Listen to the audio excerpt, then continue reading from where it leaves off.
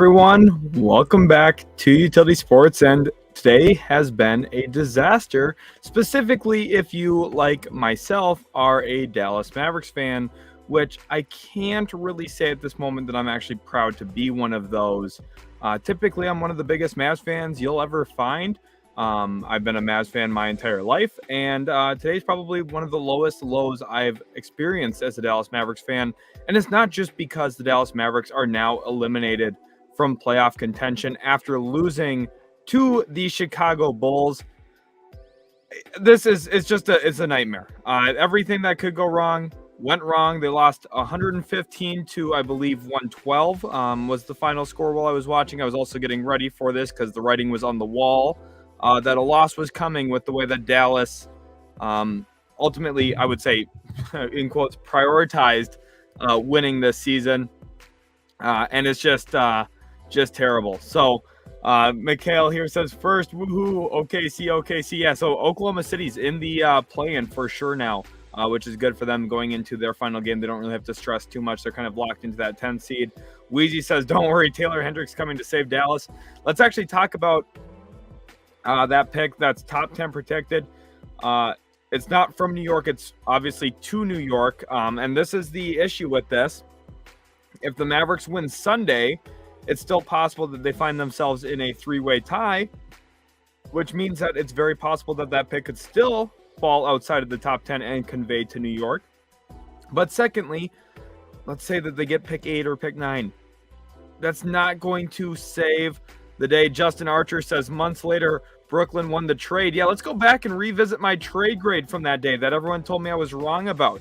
Let's put that on the screen now. I'll keep the actual trade on the bottom. I gave the Mavs an F and the Nets an A+. And I feel like that's the way it played out. Mary, welcome to the stream as well. I know Mary's a big Mavs fan like myself and clearly is bummed. This is just a terrible day to be a Dallas Mavericks fan. And I think that, Mr. Mark Cuban, his shirt, which I'm going to pull up on stream here now. Let me make sure I get this because I think that this is very, very fitting to include on stream today because, he likes to talk a big game and say, oh, well, I'm this, that, and I'm such a good owner, this, that, and everything else. He thinks he's so great and above failure and above blame, obviously. So let's get this pulled up. Oh, Mark Cuban, question authority. Okay, there we go, Mark. Very nice apparel. Yeah, the authority I'm questioning is the Dallas Mavericks authority and ownership and general management, because everything that this organization has done outside of drafting Luka Doncic and Jalen Brunson in the last 5 years has been a failure. A failure. The Mavericks are at a spot where they're going to lose Luka Doncic. I hate to say it, but they are. And I'm very, very bummed about this. They have finished the season 9-17 after trading for Kyrie Irving. When I gave that trade an F, there was 3,000 people watching at the time, and I know everyone thought I was the biggest idiot on the planet for saying the team that got Kyrie Irving lost the trade. Well, they couldn't guard anybody. Oh, and by the way, with the new CBA, they don't really have a way of getting better if they keep Kyrie Irving, unless they get really nifty with some of the sign-and trades and finding some ways around some stuff, which, by the way, the Mavericks never get nifty with anything because they don't know what they're doing. This is just, it's everything that could go wrong has gone wrong. And the authority that I'm questioning is Dallas Mavericks front office and ownership, because we could go through and look at everything that's gone wrong, and we'll go through it. We'll go through it in this live stream. We'll talk about how the Mavericks have positioned themselves. I do want to say shout out to Mr. Kyrie Irving himself. Worst amount of money I think I've ever spent. But it's okay. It's not Kyrie's fault. I want to be very clear about it. Kyrie Irving's not the reason the Mavericks suck. The Mavericks suck because their GM and front office doesn't know what the heck they're doing. That's what happens when you hire someone who is kind of buddy-buddy with people at Nike instead of, someone who understands basketball and how to build a team. And that's a real big issue when you look at how you're going to try and win. It's probably important to know what you're doing and then maybe try and go from there and then actually, draft well, sign guys that make sense. This is what I'm saying. Brunson is just terrible. Bryce here says, sup, the Mavericks are trash. Usually I'd say, no, they're not that. Yeah, they're trash. The Mavericks are terrible. Luka Doncic is very good at basketball, but it's just really it's a disaster, and I'm very, very annoyed at the end of the day about how everything has played out. But we're going to go through and revisit some of the Mavs decisions in the last 5 years in this live stream. Welcome everyone who's not here. Code says everybody's tough when they're up. Suns in 4. Yeah, it's okay. Suns' future is not that much better, to be honest. So if you guys don't win it this year, I'd be really nervous, to be honest. But an AJ analysis here gets to the point I really wanted to make today. Why did they sit everyone out when they were 1 game behind Oklahoma City? It's because they were worried about their draft pick, but this is a huge slap in the face. This is probably the most angry I have ever been in my entire life as a Dallas Mavericks fan. You know, I've lived through losing in the 2006 finals, the phantom fouls, you know, Dwayne Wade shooting 20 free throws in a finals game, this, that, and the other thing. I've been through everything pretty much as a Dallas Mavericks fan. You know, I've been through some of the awesome highs, like making the Western Conference Finals last year, winning the finals in 2011. I've had some awesome moments, and then I've had some low ones, but this is the very top when it comes to the bad moments, because never have I ever seen a team with a chance to still make the play-in and playoffs decide, nah, we're actually really fine about this, especially while they already have their franchise player. I understand, you know, a team like the Utah Jazz bowing out a little bit, and some of these other lesser teams that don't quite have the guy yet and a real need to try and win to keep the guy happy. With how the West is this year, the Mavericks, not that they would have won a series, but they could have at least been competitive, I think. Like, you know, they get into the play and what? They played Minnesota and then maybe the Lakers. Like, how do they not have a shot at getting into the playoffs through that? I mean, it's just ridiculous. I understand that they want to, you know, preserve their draft pick. It's still possible a team that is below them moves up, and then all of a sudden the Mavericks are screwed anyway. And, oh, by the way, you didn't go for the play-in.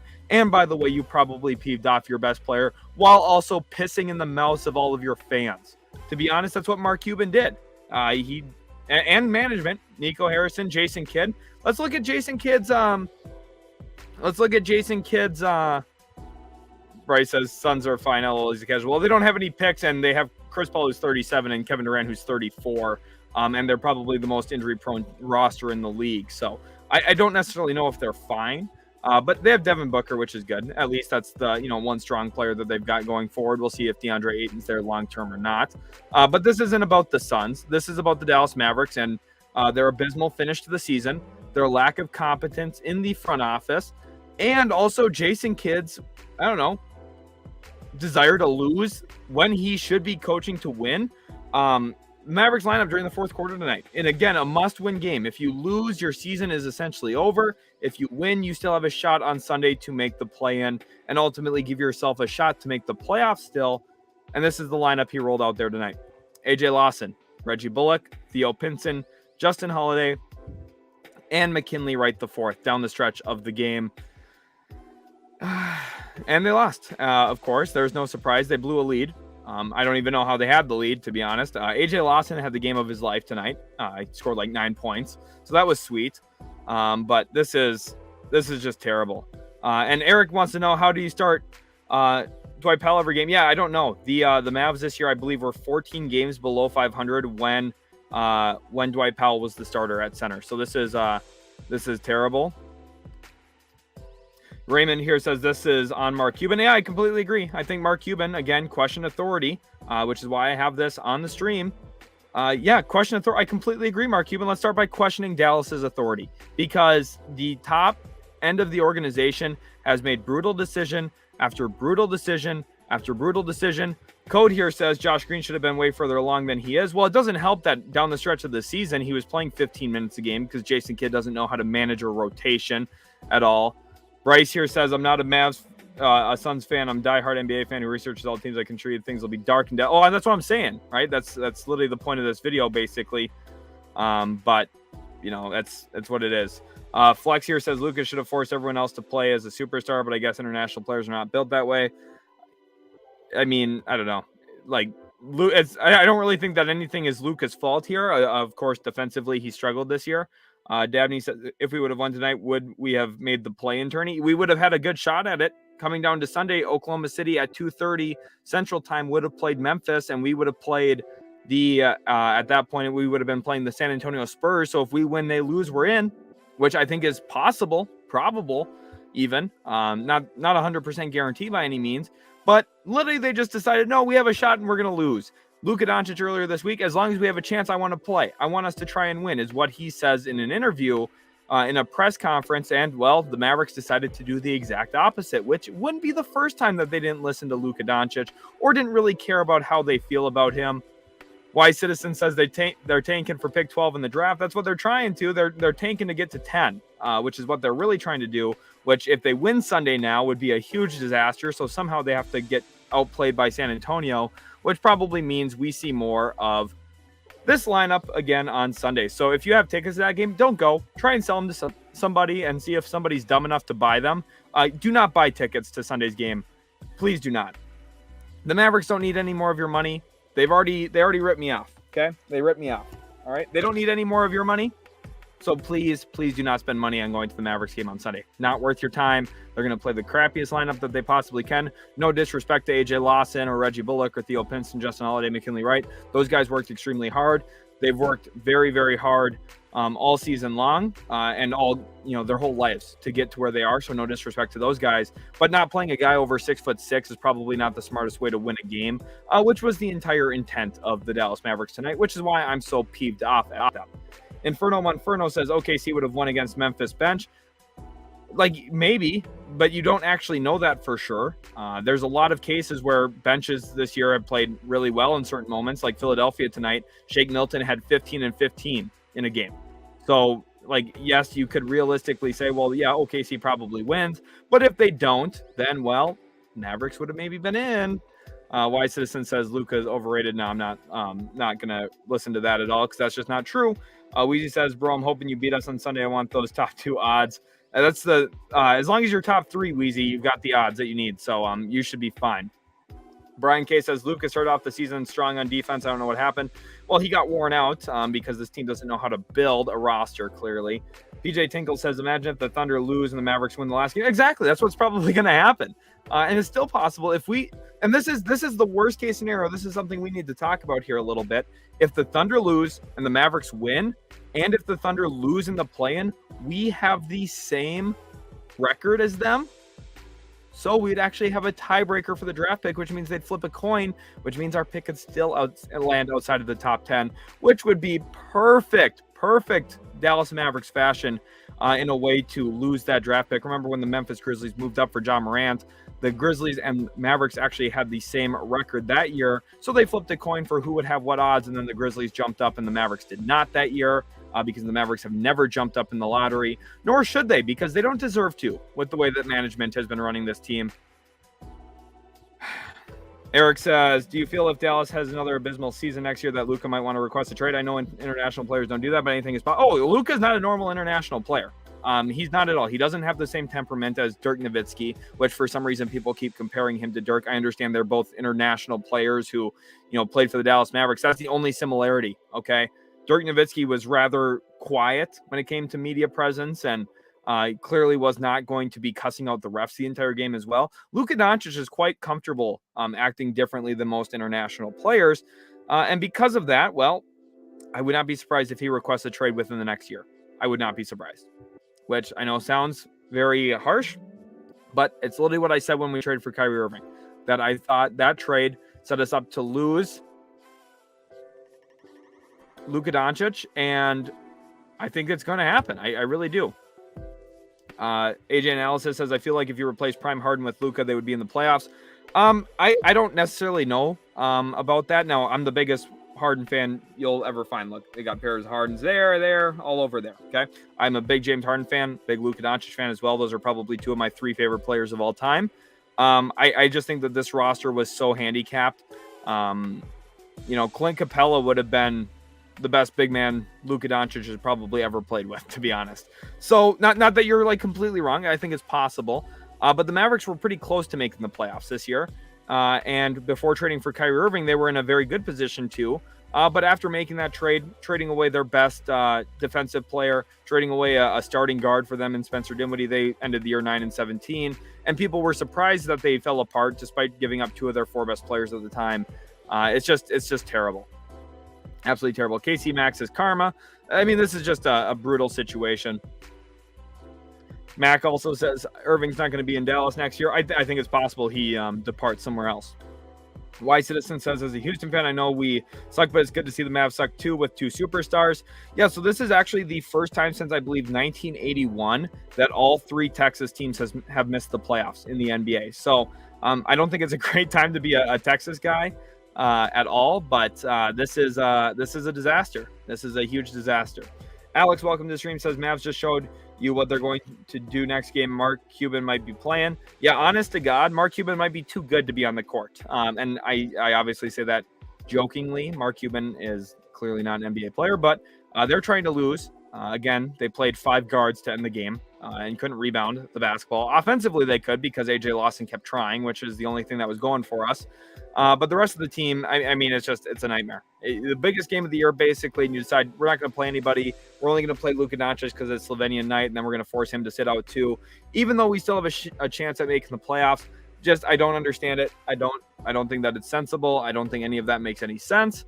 But it is what it is. Bryce here says trade Hornets get Doncic and Josh Green. Dallas gets LaMelo Ball. Mark Williams lottery pick. Yeah, no, thank you. If I'm trading Luka Doncic, I need 5 first-round picks and good young players. I'm not doing anything for LaMelo Ball. No, thank you.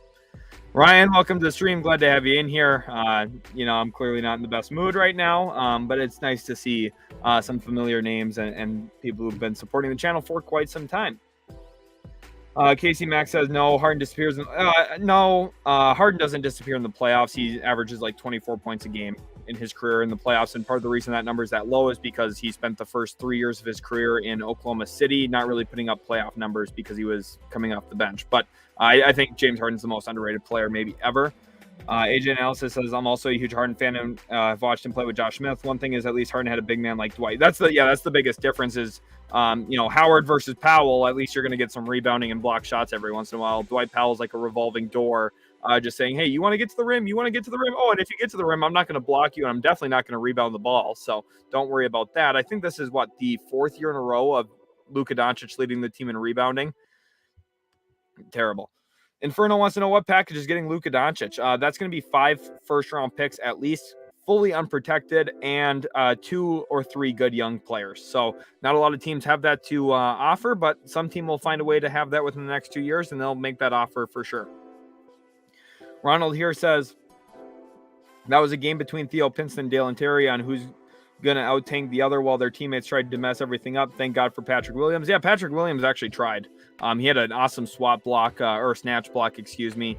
Van Lee, welcome to the stream. Glad to have you back in here. He says, that trade deadline stream feels like ages ago. How you been? Well, I've been terrible because since then, the Mavericks have gone 9-17, including starting 2-0 the first 2 games Kyrie Irving played. So really, after those first 2 games, they've been 7-17, which is really terrible. One of the worst stretches I've ever seen as a Mavericks fan when there's been expectations, of course.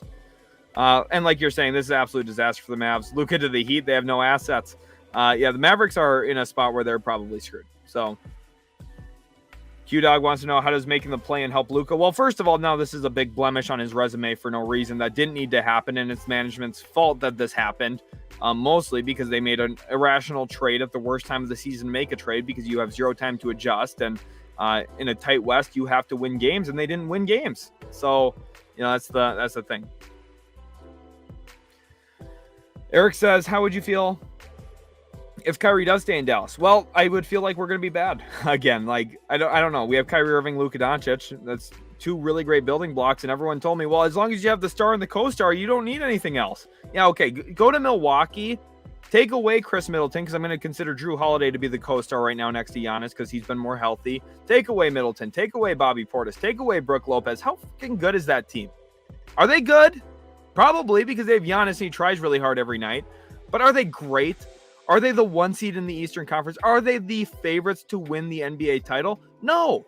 But for some reason, year after year, Dallas says, oh, we don't need to worry about the 4th, 5th, 6th guy on our roster. Let's trade him to Brooklyn for Kyrie Irving midseason. It doesn't matter. Yes, it does. Okay. And tonight is proof that it does. And the fact that we have a front office and management and ownership that doesn't understand the importance of depth. And you would think Mark Cuban would look back to 2011 and realize, hey, on that roster, we had role players. We had a collection of guys who knew how to play around Dirk Nowitzki. We had Jason Terry off the bench giving us a ton of timely baskets.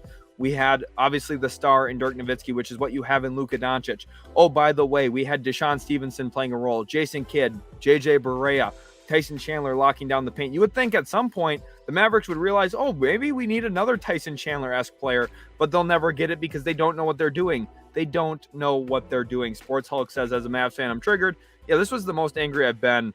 This is the most angry I've been as a Mavs fan in a long time.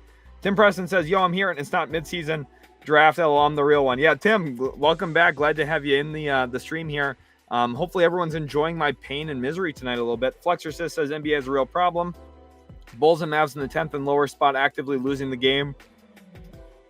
And is Morris injured, or Kid really hates him? No, Morris isn't injured. They're just trying to lose, so they played their smallest guy so they couldn't rebound the ball. AJ Analysis says, how would Jaylen Brown fit with the Mavs? He might leave the Celtics. Jaylen Brown's not going to go to Dallas. I don't even have the energy for that, AJ. He would fit great, don't get me wrong, but I can't entertain any of this. Oh, Dallas gets this star or this star. How about we start with signing somebody who's a good rim protector? Like, I don't even care who it is. Or maybe drafting a guy who can block a shot every once in a while. That's where I want to start. And then we'll worry about the Jaylen Browns of the world about 5-6 years from now when this front office proves that they can figure out the smaller players first. Apollo, you summed it up very well here. Ronald says, to be honest, Mavs may have to tank next season too. Limited options with Tim Hardaway Jr., Bertans, Kleba contracts together with possible Kyrie and Luka contracts. Yeah, this is one of the big issues. They don't really have a way of getting better. So you keep Kyrie Irving, you're basically running the same team out here that we just saw can't win. So maybe they have a little bit more chemistry. Like, great. Everyone needs a smile says, are there any realistic moves you can see in the offseason that would boost this team up? I don't see anyone in the top 10 getting worse. The only thing is draft night, they could trade the pick if they keep it. They also have 2027 first to trade. Now, does making that move really get you anything great? I don't know. Hopefully not another Kyrie Irving. Lionheart Fitness says facts. Yeah, this is terrible.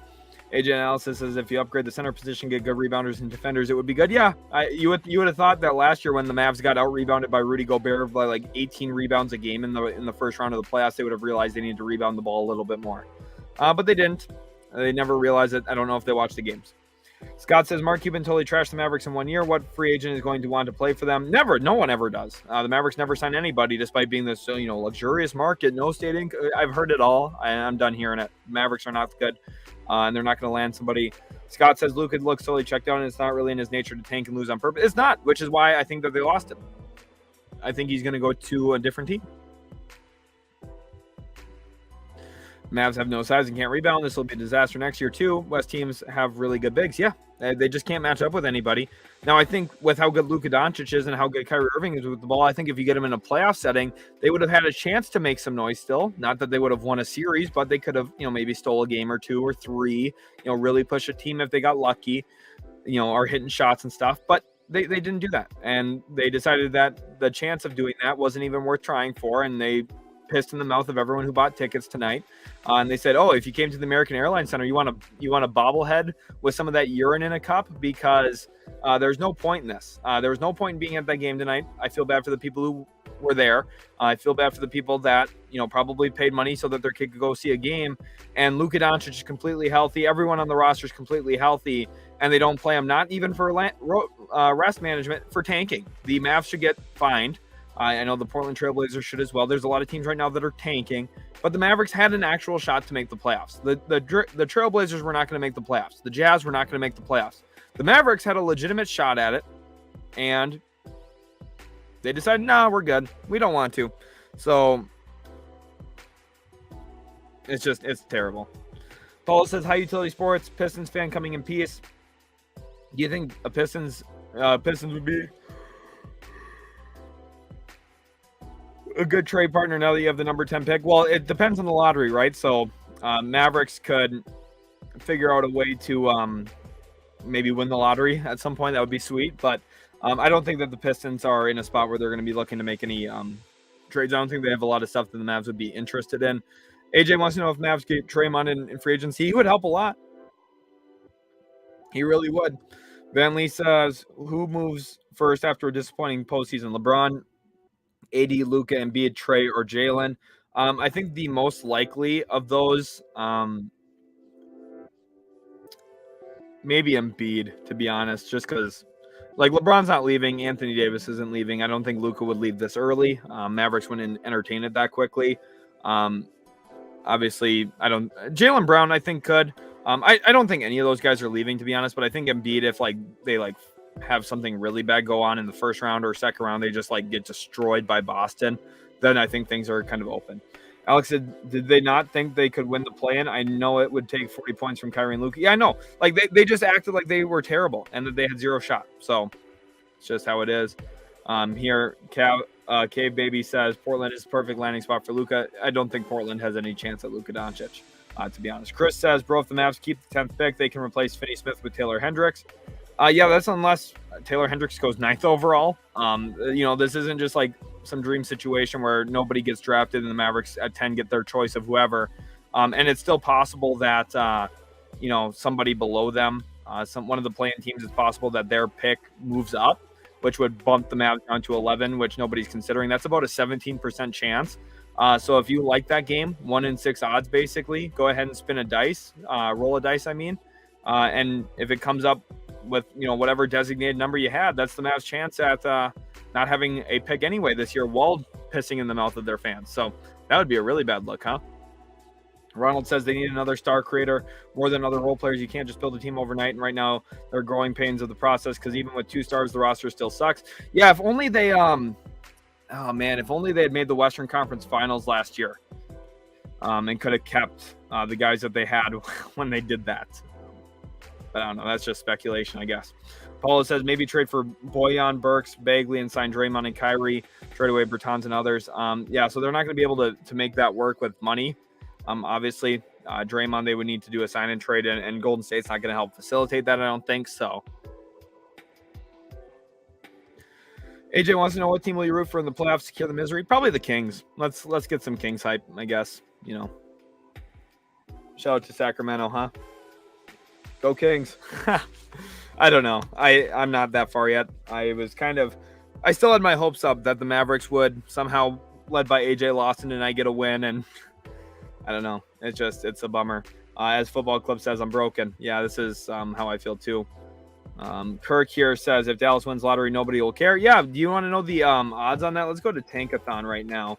And let me read you the odds on the Mavericks winning the lottery, because this is, obviously the big hope. They have a 14% chance to move up into the top 4. They have a 3% chance at pick number 1.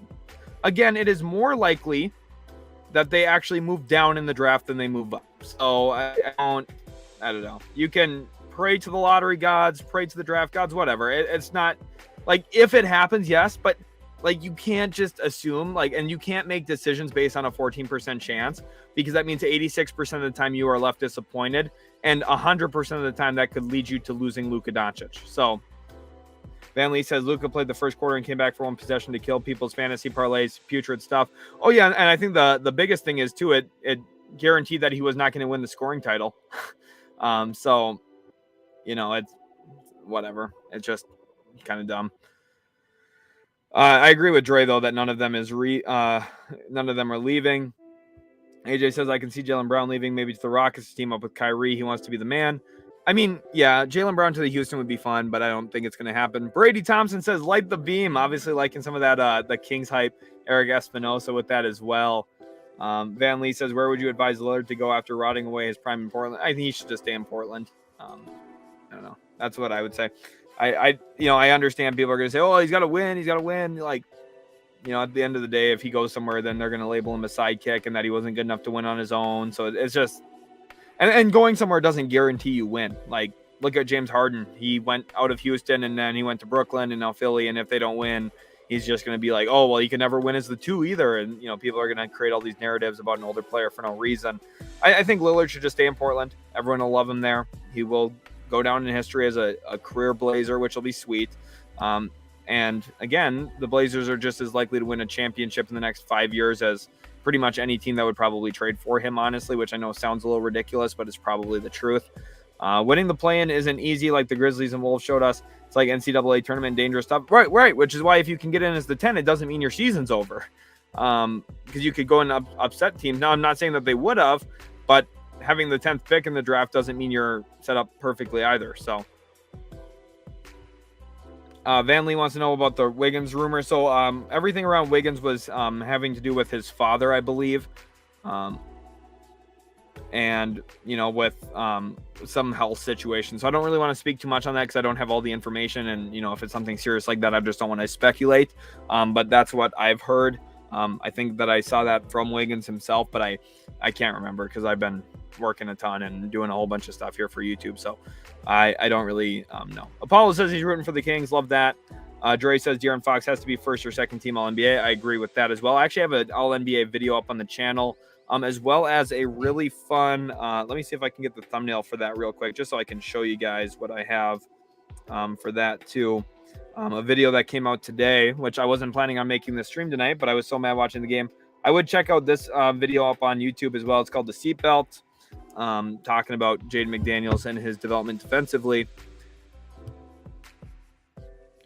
Eric says, my Spurs, I hope, snag the top pick, at least no lower than 3. Spurs will probably be up there. I have an inkling that they're going to be picking first overall this year, honestly. Dre says 14% is still a chance if Dallas gets the top 4 pick. That is major. So, yeah, the top 4 picks are done through the lottery. I'll have a video explaining the lottery this week as well.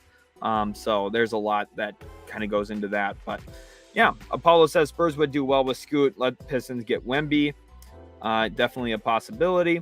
Dre says Embiid back-to-back scoring titles is wild. Yes, it is. We'll see if he wins MVP. I think it's a very possible outcome as well. Alex says, still though we can dream about getting lottery number 1 pick, would we trade Wembanyama for players in the... No.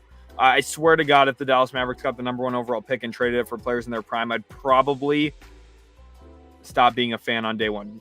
Victor Wembanyama is the best prospect to ever walk on the face of the earth. Now, does that mean he'll be the best player ever? No. But prospect. He is the best prospect of all time. You cannot trade him. I do not care. You cannot trade him at all. Flexorcist says Dallas had a real chance. Memphis can win without stars in the play-in playoffs. The duo with Kyrie and Luka can get hot real quick, especially against Denver. Yeah, because they would have been able to walk Jokic up into a pick and roll, and it would have put a lot of pressure on their defense. And yeah, Denver is beatable. But it's just like they decided that they just wanted to lose instead. So Joe, welcome to the stream. Joe has been watching here for a very long time. Joe, he wants to know, is there any hope of Mavs winning title with Luka? Yeah, if they ever pull their head out of there, you know where, because like their team construction has just been brutal since. So let's actually go and take a look at this here now real quick, because there's a lot to break down about the Mavericks decision making over the last 5 years now at this point. And the Mavericks have been making a lot of bad decisions, which I think is important to showcase here.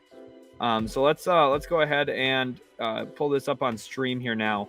I have a thread that I posted on Twitter, which, by the way, link is in the description. Go give us a follow on Twitter if you're not already. I've been very active on there, tweeting about the Dallas Mavericks and other things around the NBA and college basketball as well. But let's look at this here. Dallas Mavericks notable trades since 2018 draft night, a thread. So let's look at it. June 21st, they make the trade for Luka Doncic. Obviously, perfect trade for them.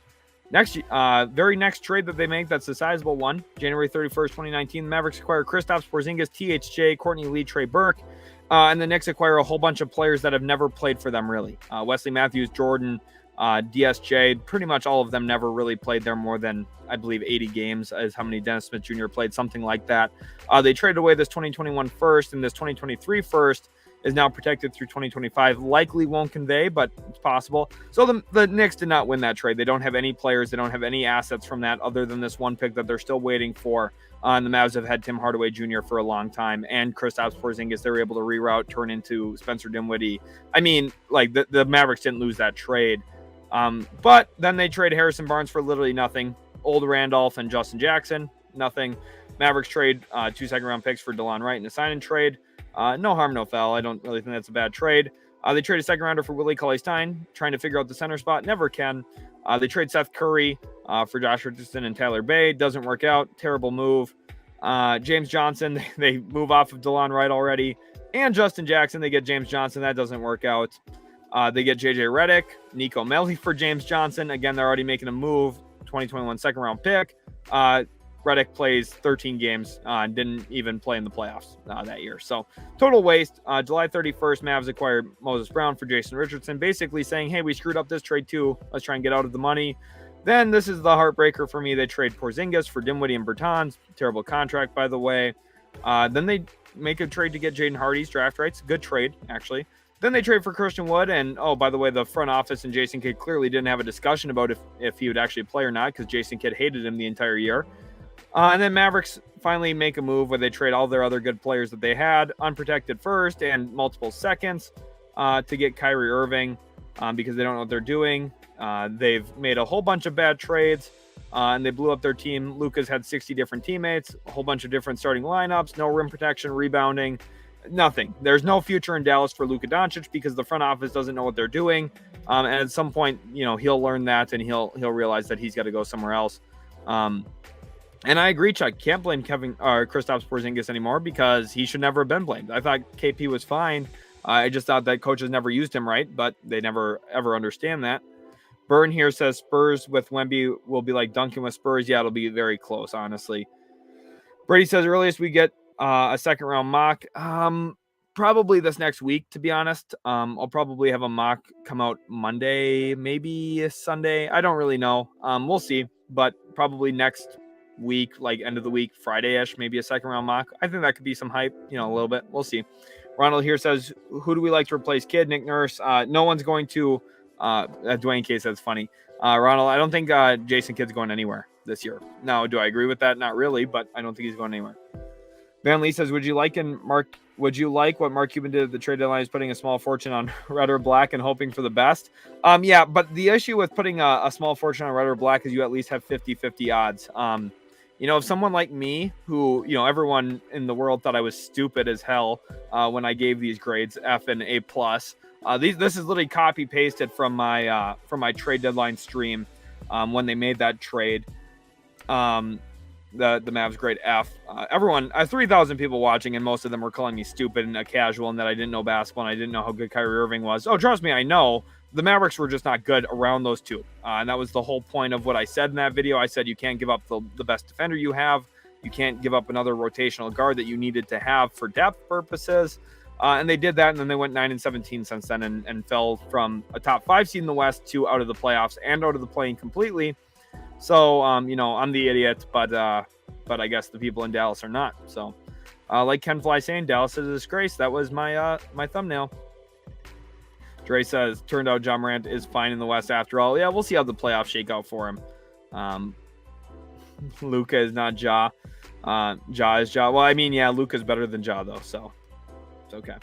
Joe says, so Mark Cuban is bad at running club as Jordan. No, he's a little bit better than Jordan, just because his GMs have gotten it right a couple times at the draft, like Dirk Nowitzki and Luka Doncic. But outside of that, everything else has been pretty much a disaster. Kirk here says Kyrie Irving not in love with basketball. It doesn't even matter. I mean, Kyrie Irving is not the problem. The problem is the rest of the roster construction and the fact that they made all these big trades over the last decade and none of them ever work. They never make any smart trades because they don't know what they're doing. They don't know how to value anyone else. And like AJ Analysis is saying here, the team construction of the Mavs is so weird. Like, look at the Nets. Yeah, the Nets have 12 good players. They have 12 guys that are NBA players. The Mavericks have like 6.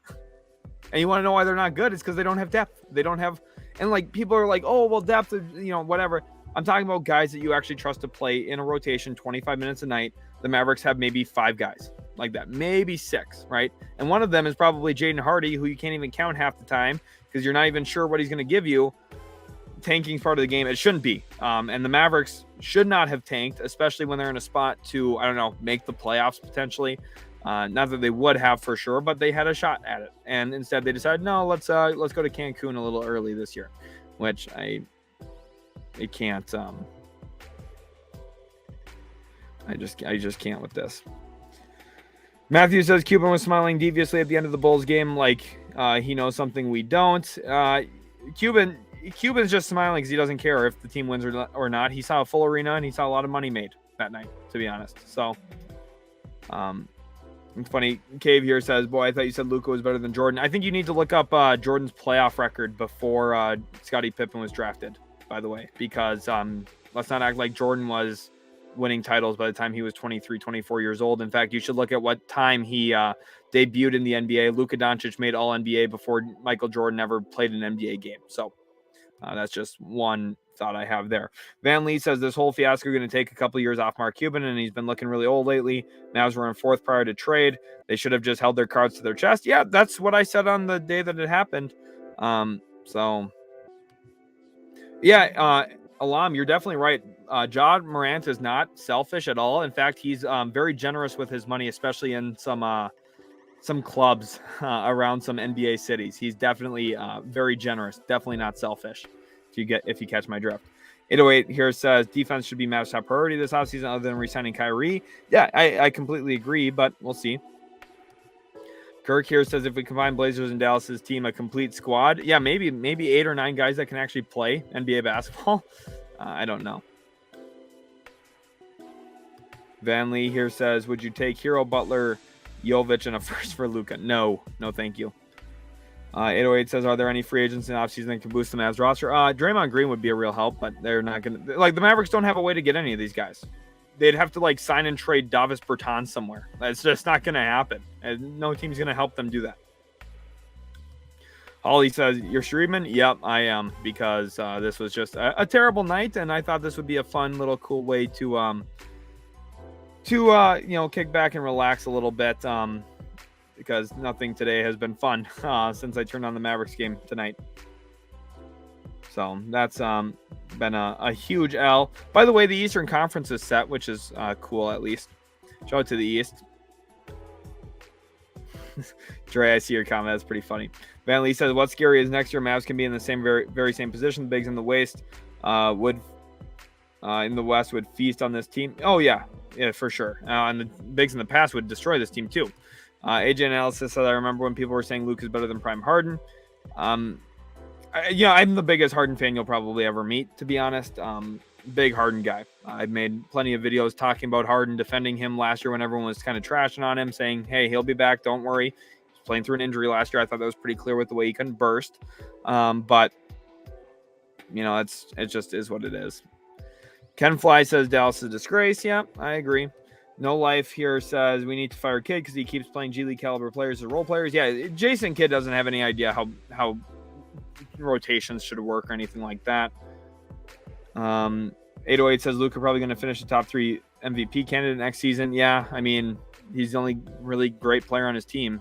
So I think this year he should have been up there as well because I don't know if people around the NBA I just don't get it. Like Nikola Jokic gets MVP last year as a 7th or 6th seed or whatever, 7th seed, whatever.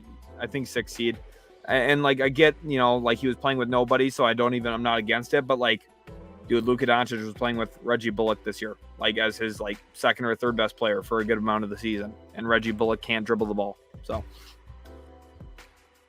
Kirk here says, can we fire Chauncey Billups and Jason Kidd? Yeah, it's almost like hiring former point guards that were really good doesn't work. Billups, Kidd, Nash, see ya. Just dumb. Sometimes good players aren't good coaches. I don't know when people are going to realize this. Dre says Harden has turned into a pure floor general. He's leading the NBA in assists. He's looking great. Harden has high IQ and will always be okay. I completely agree. People at ESPN won't, but they don't really know ball, so that's how it is. Joe Mabe says, how many years Luka left on the contract? Is he sick of losing or content like Dame? He's probably not happy with the losing. Now, the losing hasn't been as extreme as Portland's, so it's not like, this 1 year is going to make or break their relationship, but it's going to have an impact. So I think he's got 3 years left, so, we're entering next year. We're kind of at a point where things don't go well next year. We're probably looking at a trade request. Van Lee says Luka will not be playing any defense next season, and I don't blame him. They'll need him on every offensive possession. Yeah. Van Lee also says, is a longer offseason a plus for Luka? He's a lot of bad habits. No, it's not really a plus because he's probably going to be partaking in a little bit of hookah Luka and, doing all that kind of stuff. So it just is what it is when it comes to that kind of stuff. Let's look at Van Lee also said, did Luka's mom really sue him? Yeah, that is actually something that happened. Not great. Joe here says you can always adopt our Pacers as a second team. Will be pretty good soon. Be fun to have you on board. You know, I'm always cheering for the Pacers. I was so hyped last year when they got Benedict Mathurin too. So, you know, I'll be cheering for you guys. I'm really hoping for the Pacers to get good lottery luck. Like, dude, if they moved up to 1, they're probably like the perfect spot, them or Detroit, for Victor Wembanyama, because there's already some good young players there that like kind of fit around what his style is going to be and what his, you know, offensive and defensive capabilities are. Like, could you imagine Halliburton, Turner, Hield, Mathurin, Wemby as a lineup? Oh my God. Like, wow. AJ, I hear you, but the part of why he's also not playing as much too is because it's the end of the season. They're basically locked into the 3 seed, so they're resting him before the postseason. Robert says, "What's up at work? Let's go Thunder." Robert, happy for you. Thought of you almost like right away as I suffered through the Mavericks defeat in which they played 5 guards to end the game when it was a close game. So it's just terrible. But glad for you, Robert. Very glad for you, because your Thunder are in the plan. And if you go back to last offseason, before they drafted Chet Holmgren, I told everybody I think this Thunder team's way closer to the playoffs than everyone else expects. You can go back, find videos, find me talking about them when I had mocked them Chet Holmgren a bunch of times. I said that pretty much every time. I feel like that I thought, hey, this Thunder team's way better than everyone else understands. And I think that, you know, Shai Gilgeous-Alexander is a big reason why, but Jalen Williams had an awesome rookie year. I think I was way too low on him as a draft prospect last year. So one big time I was really, really wrong. I have one of those a year. I'm not going to, you know, shy away from that. There's going to be one guy at least a year that I just feel like I miss on big time. I wish I didn't, but you know, when you're scouting 100 prospects, there's probably going to be one guy that you're really wrong on. And Jalen Williams for me is going to be the guy that I just wasn't nearly high enough on, which is a bummer. CeeLo wants to know, did they really lose on purpose? Yes, CeeLo, they did. And if you want to question, or if you want proof of that, this is the lineup they played down the stretch of the game. In fact, pretty much the entire last 12 minutes of the game, the entire fourth quarter. AJ Lawson, who is a two-way player. Reggie Bullock, who can't dribble. Theo Pinson, who is an awesome bench energy guy, not an awesome player in the NBA, though. Justin Holiday, who was a buyout signing. And then McKinley Wright IV, who Minnesota Hooper, but not a good NBA player. So, oh, and by the way, there's no one 6'6" or bigger there. So, yeah, they actually tried to lose. Robert says, hopefully you guys get something going in the offseason. I hope so, man. Like, this has been really disappointing. I don't know. I've just been in a really not great mood since the whole Kyrie things kind of played out. And again, I just want to be clear. It's not Kyrie's fault the Mavericks suck. It's the management's fault the Mavericks suck. Van Lee says, Wembanyama won't even save this Mav situation. Porzingis and Wemby is the same thing. This sucks, not like you, but I think Porzingis is very, very good player. You know, I'm one of the biggest Porzingis fans in the world. When it comes to defending Porzingis, I always will. But Wembanyama is significantly better. Wembanyama defensively, so much more mobile. Just so much bigger. I know he's only like listed 1 inch bigger. I think he's significantly bigger than Kristaps Porzingis. I think he's significantly more lengthy. He's a lot more skilled laterally, moving side to side, which is very important defensively. I think that he's very, very good. Kirk here says I was wrong on Shaedon Sharpe. Reminds me of young athletic Ray Allen. Yeah, Shaedon Sharpe, the nice thing is being wrong about him, he's one of the hardest prospects to evaluate this past year because he didn't play any college games.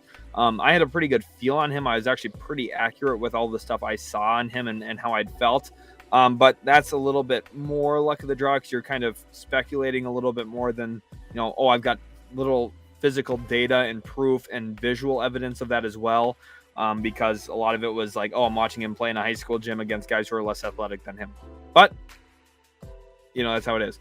Van Lee, to be honest, and this is going to sound crazy, so I need to set the stage for what I'm about to say a little bit.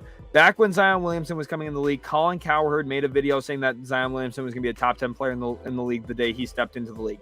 And I pushed back on that very hard. I was not on YouTube yet.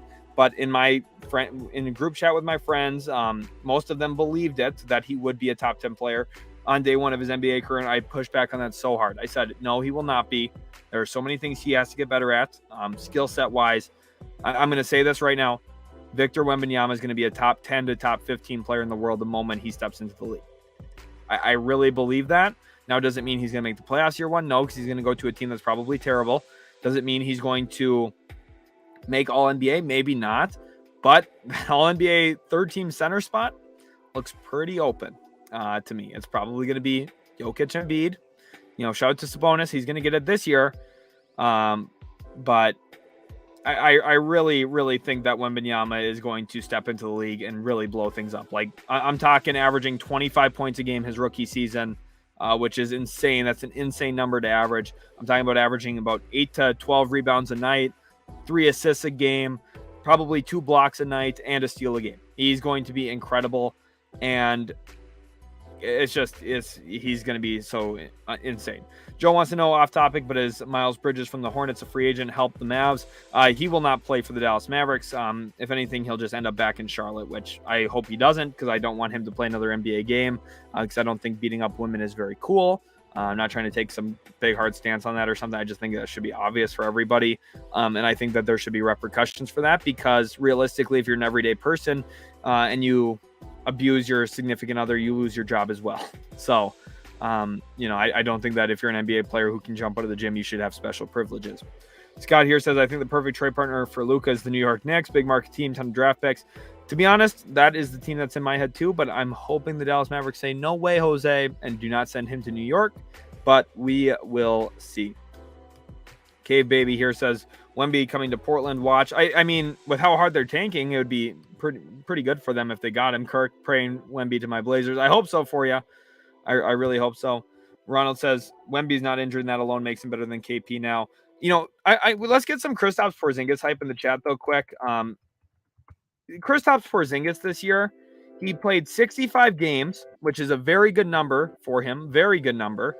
In fact, that's the third most of his career. And he averaged 23 points a game, 50% from the field, almost 40% from 3, 8 boards a night, 2.7 assists. Those are really, really darn good numbers. So, do I think Wembanyama is better than him? Yes, but let's get some KP hype in the chat as well. Eric says, with all the Wemby hype, I wouldn't be surprised that Scoot could be the best player of the draft. Now, I do think Scoot's very good, and if something catastrophic happens to Wembanyama injuring him, yeah. But talent-wise, he's the best player for sure.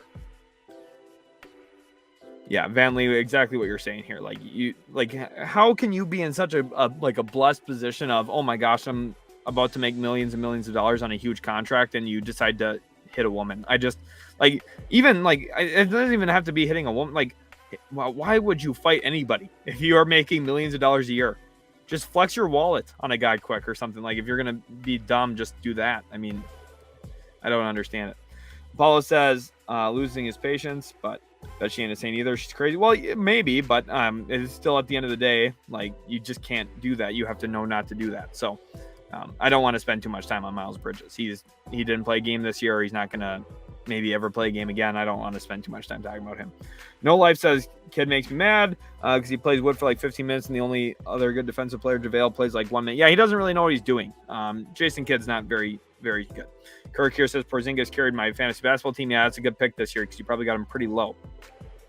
Van Lee says, if Orlando or Pacers get Wemby, the league's in trouble. Yeah, I really hope Orlando doesn't. Not that I'm not biased against Orlando or anything with that. It's just they had the number 1 pick this last year. They already have so many big, lengthy players.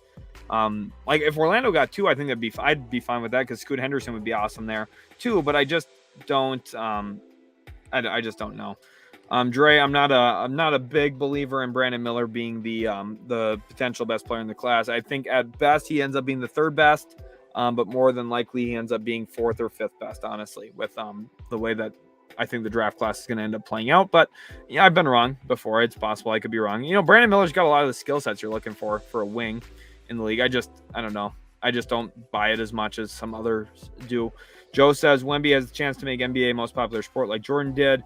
Don't care what anyone says. No basketball player drew like Jordan ever. Wemby could. I do agree with that. Sometimes I'm a little negative against Jordan. Not that he's bad. Jordan, I think, is one of the best players of all time, obviously top 2, and I don't think there's any argument for him to be lower. But I think that the one thing about him is, even if you're going to have basketball critiques against him, skill set wise, whatever, clearly he was the most influential player probably outside of maybe Steph Curry. Not that he drew more guys to the NBA, but I think he's impacted the way kids play way more than Jordan ever did too. But I don't know. There is a lot of like 45-year-old people who shoot a whole bunch of middies and pickup runs, so you never really know, right? Ronald says, love KP, but I'm sorry there's no hype if you're second best player on a non-playoff team. I get it, yeah. But I don't know. He had a very good season. Just because the Wizards are playing without a point guard all season long, I don't think that's necessarily his fault. Van Lee says, who fumbled the biggest bag, Oladipo or Schroeder? Betting on themselves? Both. The best and quickest answer is both. There. No Life says, what is the best fit for the Mavs at number 10? Taylor Hendricks would be great, but I don't know. That's like the common answer. Obviously, a lot of Mavs fans have been looking at that, but I don't know. There's a lot of good players this year that would be good options. Like if Osar Thompson was there somehow, that would be sweet. I would really like that, but I don't think he'll be there, to be honest. Otherwise, other guys that I think make some actual, like, seriously good sense. Anthony Black, if he's available, would be awesome. He maybe goes a little bit before that, though. Derek Lively.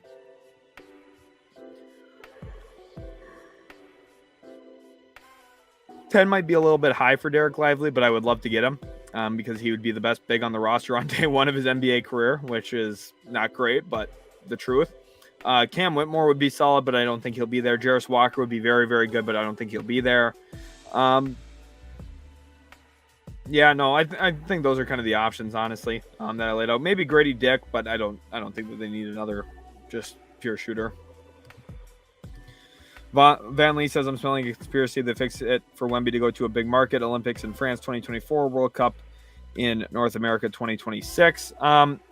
To be honest, if anything, that's why they would put him in a small market, Van Lee. I get what you're saying, but let's think about this. Let's lay out. So the year that Zion Williamson's basically breaking the internet, somehow he ends up in New Orleans. Oh, and by the way, the team that moves up to second is Ja Morant.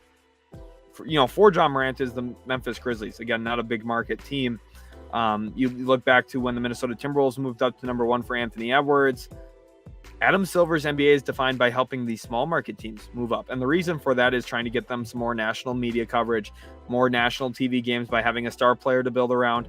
And then there's always the discussions about, will the New York Knicks trade for this guy, which is what keeps the buzz and the rumors around the NBA. So I understand your thought, but I think it's actually going to be the reverse where Wembanyama goes to a small market team, which is why I think San Antonio picks first overall this year, honestly.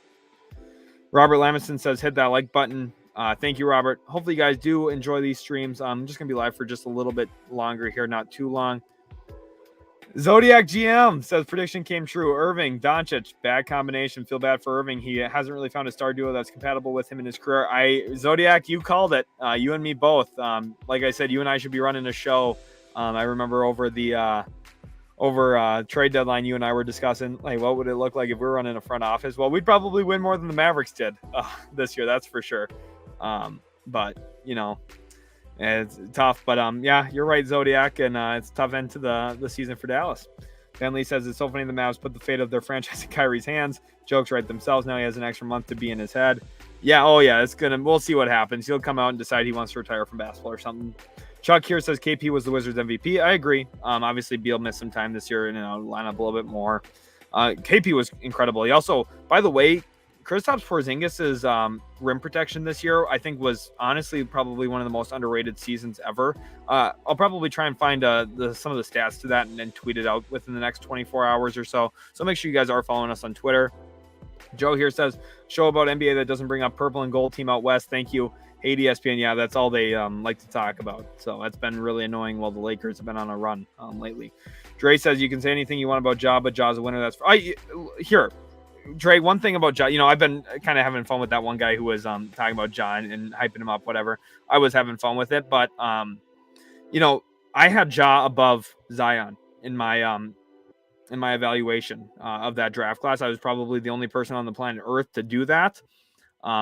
It was before I was on YouTube, but I have screenshots to some of my friends back then. One of them was a Grizzlies fan, and he wanted RJ Barrett second overall, so I make sure to bring that up to him and kind of joke with him about that a lot. But I had Ja above Zion. I think that's played out true, partially because Zion's missed time, but that's how it is.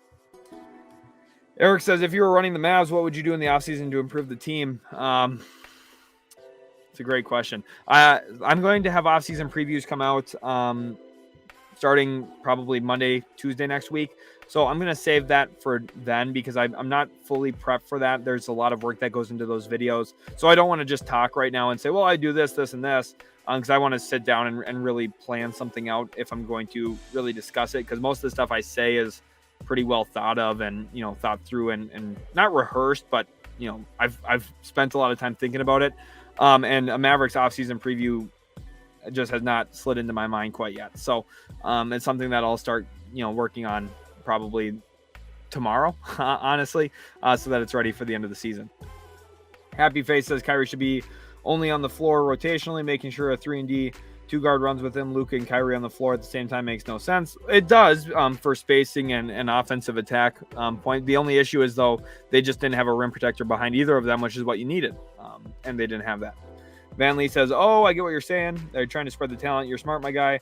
Pelicans getting Zion that year was so unexpected. Right, and, they even incentivized the Anthony Davis trade to the Lakers by having the Lakers move up to 4. That way it doesn't look rigged because the Lakers didn't get 1, but it still helps the Lakers land Anthony Davis because now they have a prime trade chip to go and get him with that 4th overall pick, which also helped New Orleans. New Orleans made a mistake trading out of that. They could have had Darius Garland in that draft as well. They decided to move out of that, and then they end up with Jackson Hayes and Nickeil Alexander-Walker, but that's neither here nor there.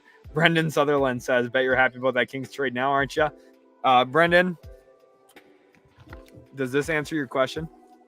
Go Kings, baby. Let's get some Kings hype in the chat right now, as I'm going to be wrapping up the stream here in just a couple of minutes. But I've appreciated each one of you coming into the stream tonight. Obviously, kind of an impromptu stream, not something I planned today, but I thought, well, having a stream for a little bit, it'd be fun to chat with you guys. This is always my favorite time on YouTube, honestly. Just hearing what you guys think. I feel like a little bit more conversational than most YouTube comment sections are. So I hope you guys enjoy it as much as I do, because it is a lot of fun for me. Let's look at Fuzzy here, Blazer fan here. We know you're paying. Hang in here. Thank you, Fuzzy. Appreciate that. I'm trying to. You hang in too. At least you guys know how to tank right, and you're gonna set yourself up for, I think, the 6th best odds, if I'm not mistaken about that. So that's a pretty good spot to be. Although 7th best odds is technically better, because I think every year in the Adam Silver era that the 7th best odds team has moved up, which is interesting. Joe here says, think Cat will get moved this summer. Don't get Timberwolves. Cat, it's hard because if he would have played all year and then they still wouldn't have been that great, I think Cat gets moved.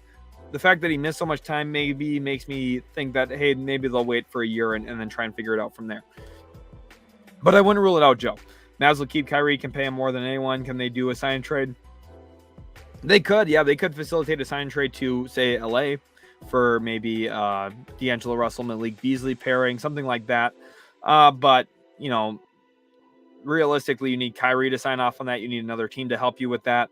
And remember, a team could always do what the Knicks did last year and trade some veterans, give up some draft picks to do so, to open up actual cap space and sign a guy. That's what happened with Brunson. I don't think it'll happen with Kyrie, but you never really know. The NBA is a wild place, and as of right now, like I said, free agency is kind of crazy to me.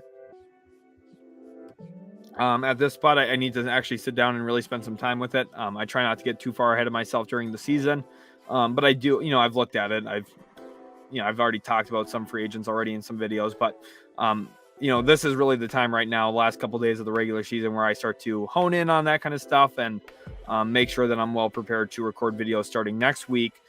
Just right now, I've done some research and stuff, but I just don't want to talk when I'm not fully prepared. So hopefully you understand my reluctance in some of those areas, because I just don't want to say something and maybe I say something or talk incorrectly about one thing or another thing. So and this whole CBA thing too has been throwing another wrinkle into my life. I've been doing a lot of reading on the CBA and making sure I understand that, because it's going to have an impact going forward for sure. Eric says, keep up the good content, my guy, and help my boy get them likes up. Yeah, you guys smash that like button. Thank you so much, Eric. It's been a pleasure having you in the stream here. And Van Lee says, what would a sign and trade look like to the Heat if you were to draft one up quickly? Okay, yeah, let's do that real quick, just off the top of my head. My guess is probably would have to see Tyler Hero in it, which I know maybe is already a non-starter for the Heat, because they might say, well, why would we give up Hero for Kyrie? And I think that's completely fair. I don't think the Mavs would want, Kyle Lowry, unless it's like Lowry and picks, but it's something along those lines of either Hero, and then maybe the Mavs take Duncan Robinson's contract to help things out there too. Or maybe like Lowry and maybe like an Omer Yurtseven 7, his rights, and then some draft picks or something. Like, it's not, it's not perfectly balanced, anything like that. But again, I'm not fully prepped for it. But that's just like a little quick draft, Vanley, if you're interested. But ultimately, I think that if anything were to happen, the Lakers would be more likely. The Phoenix Suns would be more likely. So we'll see exactly what happens. Van Lee says, does Tyrese Maxey deserve a max? Only plays one side of the ball. I don't have an issue with him getting the max because he's on the fun max. Like, it's like the rookie max extension, which is not that crazy, not that high. So I wouldn't worry about it too much. It's not like he's getting a super max or anything. That's like, 35% of the cap. So you don't actually have to really worry a ton about that. Gil here says, Cuban being a crybaby. These rich folks so used to having everything their way. Yeah, and finally they don't get it. And, well, got to question authority, right? Zodiac GM says, perfect teammate for Doncic is another mutable sign. Draymond, Harden, Van Vliet, who I think would actually be a pretty nice signing for Dallas. He's had a very nice end of the season for Toronto. Get rid of Wood and Kyrie. That's very possible that Wood's out the door for sure. And King here says, I need a Jaylen Brown trade to the Rockets ASAP. Yeah, definitely something that I'm sure the Rockets would love to have, but I don't think it's going to happen, unfortunately. Thank you to everyone who was here for the stream. Again, make sure you guys subscribe to Utility Sports so you don't miss out on all of our content here. A lot of stuff coming out in the next couple of days. I'm telling you, really good content. Make sure to go check out that Jaden McDaniels defense video today, where I really break down what Jaden McDaniels has done this year defensively, and why I think he should be an all-defensive team member. I'll actually try and get the link to that right now if you guys just hold on with me for a second here, so that way we can maybe lead you guys right into that video if you really wanted to check it out, which I would really appreciate if you did, because I put a lot of work into that recording and getting the clips for that and everything. So really enjoyed recording that video, and I hope you guys enjoy watching it if you do decide to check it out. Thanks again so much, everyone, for watching. Make sure to go check out that video linked right there now in the comment section. So go check that one out. Thanks again so much, guys, for watching. Obviously, Mavericks season comes to an end tonight. Definitely a tough situation, and one that I'm not happy about. But thanks so much for stopping in. You guys made my night a lot better. Hopefully, you guys had fun sitting in here chatting some basketball with me. And remember, there's going to be a lot more content like this coming out very soon on the channel, starting probably tomorrow, leading in through the rest of the off season. So let's go ahead and give that like button up, hit that subscribe button, and I'll catch you guys in the very next Utility Sports video.